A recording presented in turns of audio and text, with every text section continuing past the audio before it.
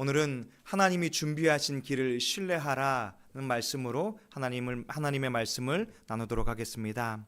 믿음의 식구들이여, 우리는 미래를 바라볼 수 없습니다.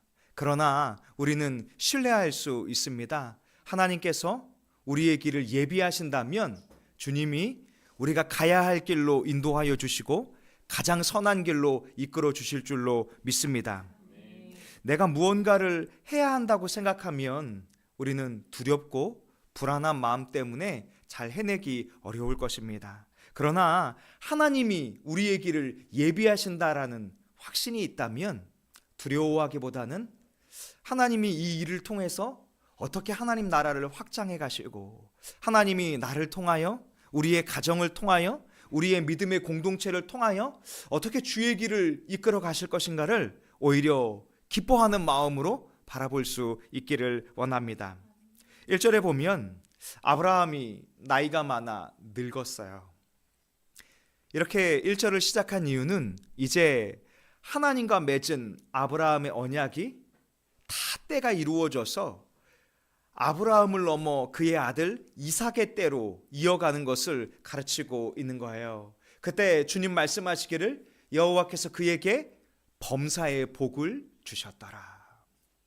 여러분, 아브라함의 삶을 떠올려 보면 참 굴곡이 많은 삶이거든요. 그가 하나님의 말씀을 따라 가나안 땅에 갔을 때 가나안 땅에는 얼마 되지 않아서 큰 흉년이 일어났죠. 또 그가 하나님 말씀 붙들겠다고 우물을 파고 또 그 땅에서 버티려고 하면 주변에 있는 백성들이 그를 가만두지 않았잖아요. 흉년을 피해서 다른 땅으로 거주해 보려고 나아가면 그곳에서는 아내를 빼앗깁니다. 이렇게 고난과 어려움 속에서 하나님은 아브라함을 인도해 주셨는데 말씀하시기를 아브라함의 모든 일이 복을 주시고 형통하게 하셨다, 이렇게 말씀하고 있어요. 믿음의 삶에 복을 주셨다는 것은 인생에 문제가 없음을 의미하는 것이 아닙니다. 우리의 삶 가운데 고난도 있고 어려움도 있지만 그곳에서 주님이 함께해 주시는 것입니다. 그러니 여호와께서 우리와 함께 하심을 믿고 두려워하지 말고 믿음의 길을 저도 걸어가고 우리 믿음의 식구들도 걸어갈 수 있기를 원합니다. 여기 2절에 보니까 아브라함이 자기 집 모든 소유를 맡은 늙은 종에게 이르되 청하건대 내 허벅지 밑에 내 손을 넣으라. 여기 늙은 종으로 표현된 것은 단순히 나이가 많다는 것을 의미하는 것이 아닙니다. 아브라함의 집의 모든 소유를 맡았다는 것처럼 마치 그 집안의 총무와 같은 어른을 의미하는 거예요. 아브라함이 신뢰할 수 있는 이 사람과 아브라함은 언약을 맺기를 원합니다. 허벅지 밑에 손을 넣었다. 이 표현은 여기 보니까 창세기 47장에도 동일하게 나와 있는데요. 이스라엘이 죽을 날이 가까움에 그의 아들 요셉을 불러 그에게 이르되 이제 내가 내게 은혜를 입었거든 청하노니 내 손을 내 허벅지 아래에 넣고 인애와 성실함으로 내게 행하여 애굽에 나를 장사하지 아니하도록 하라. 하나님 나라의 계획을 바라보며 나와 맹세하고 그 언약을 이루도록 하자, 이렇게 말하기 위해서 아브라함이 그 신뢰할 수 있는 종에게 허벅지 밑에 손을 넣고 언약을 맺자, 이렇게 말하고 있는 거예요. 그러면서 3절에 말하기를 내가 하늘의 하나님 땅의 하나님이신 여호와를 가리켜 맹세하노니 너는 내가 거주하는 이 가나안 족속의 딸 중에서 내 아들 이삭을 위하여 아내를 삼지 말고, 4절에 보면 내 고향 내 족속에게로 가서 내 아들 이삭을 위하여 아내를 택하라. 이방의 우상을 숭배하는 자들에게서 이삭의 아내를 찾지 말고 내 고향 내 족속에게로 가라, 이렇게 말씀하고 있어요. 그런데요, 우리가 이 말씀을 한번 들을 때 창세기 12장을 떠올려 보셔야 돼요. 아브라함이 본토 친척 아비의 집을 떠나서 내가 내게 명령할 하나님의 말씀을 따라서 가나안 땅에 왔잖아요. 그렇다면 아브라함의 고향에는 과연 하나님을 경외하는 자들이 남아 있을까요? 또 특별히 그 고향의 친족 중에서 그의 아들 이삭과 결혼을 할 수 있는 신실한 처녀가 그 족속 가운데 있을 수 있을까요? 이것은 보장할 수 없는 이야기잖아요. 그럼에도 불구하고 아브라함이 이렇게 언약을 맺자고 하는 이유가 무엇일까요? 그것은 이후의 기도에 대해서 나오지만 하나님을 신뢰하고 있는 거예요. 내 고향, 내 족속을 떠난 지 이미 수십 년이 흘렀지만 하나님이 택하시고 예비하신 이삭의 아내가 준비되어 있을 것을 믿고 있는 것입니다. 믿음의 식구들이요, 우리는 우리의 삶을 준비할 수 없지요. 또 우리의 삶을 예견하기 어렵습니다. 그러나 하나님은 우리의 모든 길을 다 예비하신 줄로 믿습니다.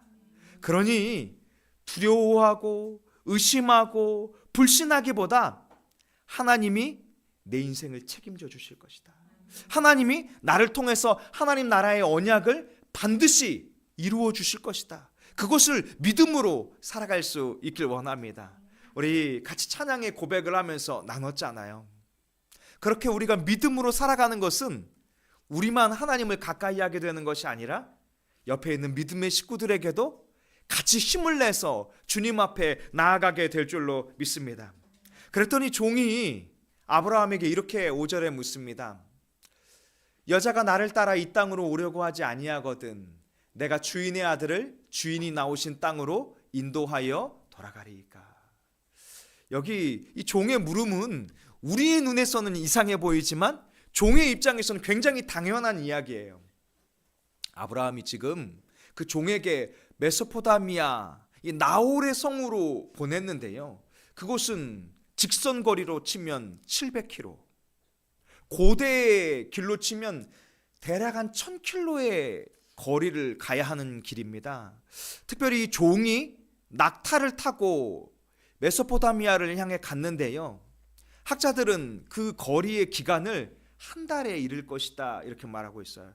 여러분, 생면부지의 남자가 내가 아브라함의 종이라고 하면서 그에게 아들 하나가 있는데 이 아들과 결혼하겠느냐고 하며 여인 보고 나를 따라오라고 한다면 여러분 가시겠습니까? 그리고 그 1000km 떨어졌다라는 것은 무엇을 의미하냐면 리브가가 이제 앞으로 평생 동안 다시는 부모를 볼 수 없다는 것을 의미하기도 합니다. 그런데 그 종을 따라서 과연 갈 수 있겠는가? 종도 불안불안한 거예요. 그러니 다시 한번 주인에게 묻는 것이죠. 당신의 아들을 당신이 나온 땅으로 인도하여 드려도 되겠습니까? 이렇게 묻는 거예요. 그랬더니 아브라함이 뭐라고 말합니까?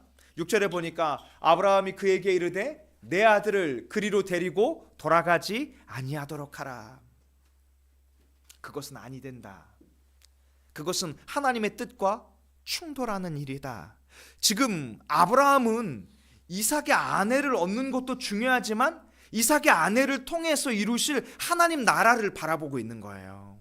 그래서 7절에 보면 하늘의 하나님 여호와께서 나를 내 아버지의 집과 내 고향 땅에서 떠나게 하시고 내게 말씀하시며 내게 맹세하여 이르시기를 이 땅을 내 씨에게 주리라 하셨으니, 지금 아브라함에게 약속하신 이 언약이 아브라함의 자손들에게 이루어지기 위해서 이삭의 아내를 취하는 것은 매우 중요하지만 이삭의 가정은 하나님이 약속하신 이 가나안 땅에서 주의 뜻을 기다려야 하는 거예요. 그래서 단순히 아내를 얻기 위해서 아들을 가나안 땅을 떠나게 해서는 아니 된다라고 말하고 있는 거죠. 그러면서 아브라함이 한 가지 말을 덧붙이고 있어요. 그가 그 사자를 너보다 앞서 보내실지라. 아브라함은 그 종에게 네가 지금 나의 고향 나의 친족으로 가는 것이지만 이 일은 너에게 달려있는 것이 아니다.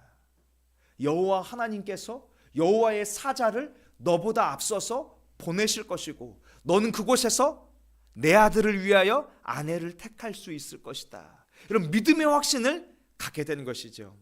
믿음의 식구들이요, 우리도 그런 믿음의 고백을 할 수 있기를 원합니다. 우리가 살아가고자 하는 일들 속에서 우리가 하는 것이 아닌 줄로 믿습니다. 또 우리의 능력으로 하는 것이 아닌 줄로 믿습니다. 오히려 우리는 고백하기를 우리 주님이 주의 사자를 우리를 위해서 예비하여 주시고 앞서 보내어 주셔서 선한 길로 우리를 인도하여 주실 것이라는 그 믿음을 가지고 살아갈 수 있기를 원합니다. 그 믿음이 있다면 담벼락 같은 이 막힌 길이 있다 할지라도 우리는 그렇게 고민할 필요가 없어요. 지금 당장은 막혀 있을지라도 주께서 이 문을 여실 것이다.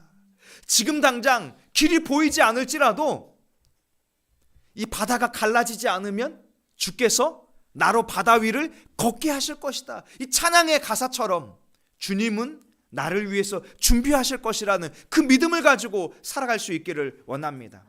돌아보면 우리가 한 게 뭐가 있겠어요?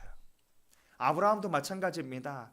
아브라함이 주의 말씀을 따라서 가나안 땅에 왔지만 아브라함은 참 믿음으로 살아내지 못했던 때가 많이 있었잖아요. 그래서 아브라함은 알고 있는 거예요. 내가 주의 뜻을 이루는 것이 아니라 주께서 나를 통해서 주의 뜻을 이루실 것이다. 주께서 이 종을 통해서 주의 뜻을 이루실 것이다. 그러니 네가 무엇인가를 하려고 하기보다 주님의 뜻이 어디에 있는지를 분별하고 주님의 인도하심을 따라 살아가라. 이렇게 종이 이 물음에 아브라함이 대답하고 있는 것입니다. 그리고 8절에 말하기를 만일 여자가 너를 따라오려고 하지 아니하면 나의 이 맹세가 너와 상관이 없나니 오직 내 아들을 데리고 그리로 가지 말지니라. 그 여인은 그렇다면 하나님이 준비한 여인이 아니라는 거예요. 그리고 나서 10절에 보면 이에 종이 그 주인의 낙타 중 10匹를 끌고 떠났는데 곧 그의 주인의 모든 좋은 것을 가지고 떠나 메소포다미아로 가서 나홀의 성에 이르렀더라. 여기 나홀의 성에 이르러서 이 11절에 보면 그 낙타를 성 밖 우물 곁에 꿀렸어요. 그런데 지금 보니까 여인들이 물을 기르러 나오는 때가 되었습니다. 그때 종이 하나님께 기도하기 시작합니다. 우리 주인 아브라함의 하나님 여호와여, 오늘 나에게 순조롭게 만나게 하사 내 주인 아브라함에게 은혜를 베푸시옵소서. 우리는 여기서 매우 중요한 신앙의 힌트를 얻을 수 있는데요.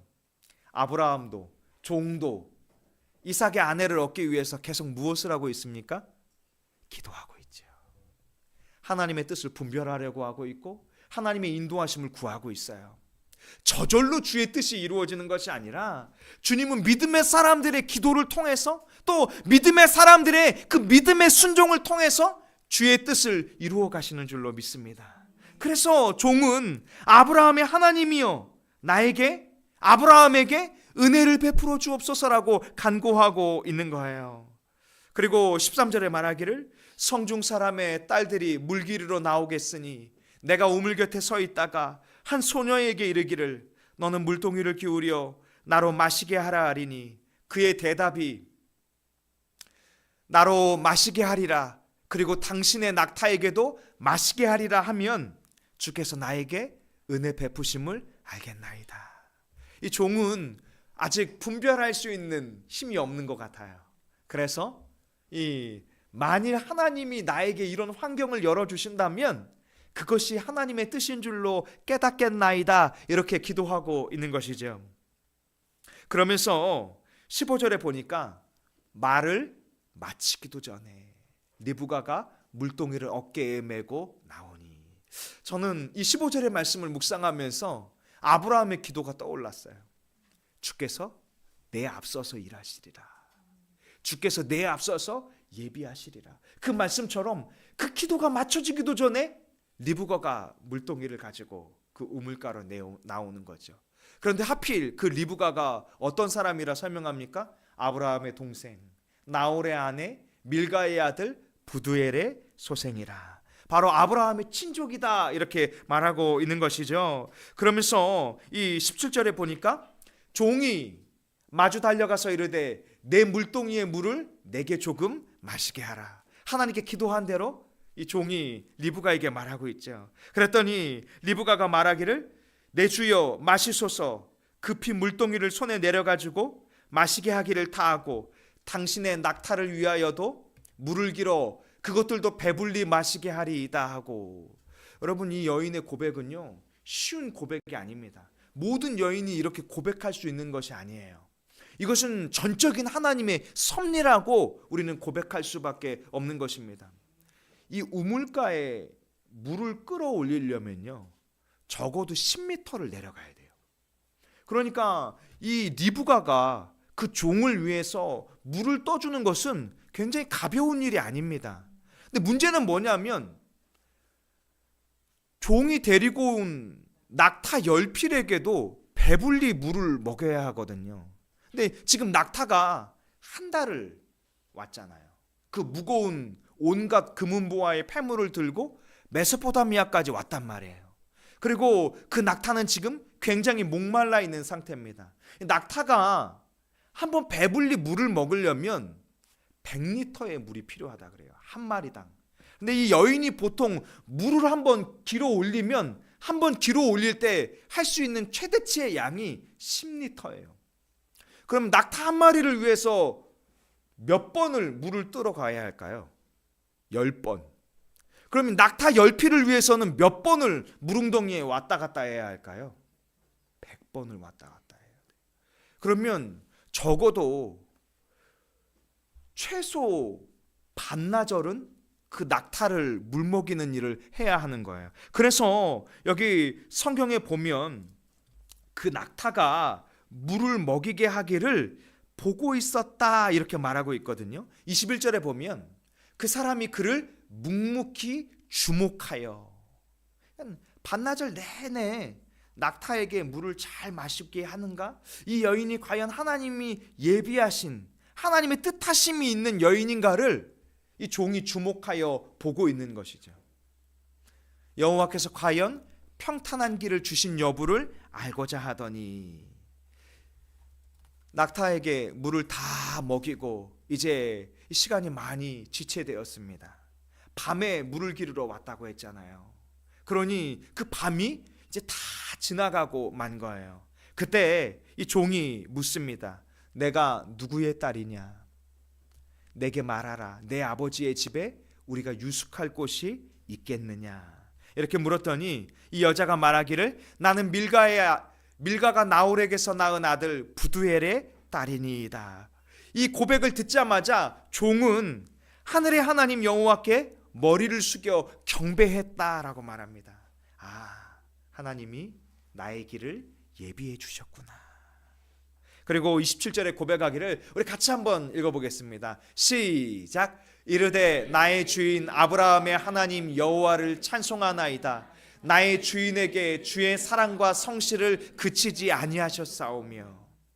믿음의 식구들이여, 우리도 바로 주님 앞에 뜻을 구하고 믿음으로 살아갈 때 때로는 이 길이 과연 주님이 나를 인도해 주시는 것인가?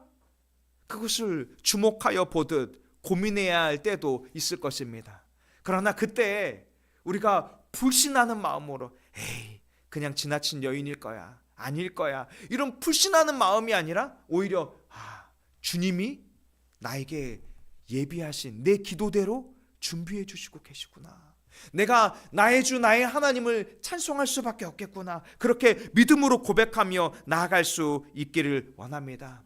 그렇게 주의 뜻을 구하며 주의 인도하심을 따라 살아갈 때 주께서 저와 우리 다산동행교회 믿음의 식구들의 삶을 책임져 주실 줄로 믿습니다. 아멘. 기도하겠습니다.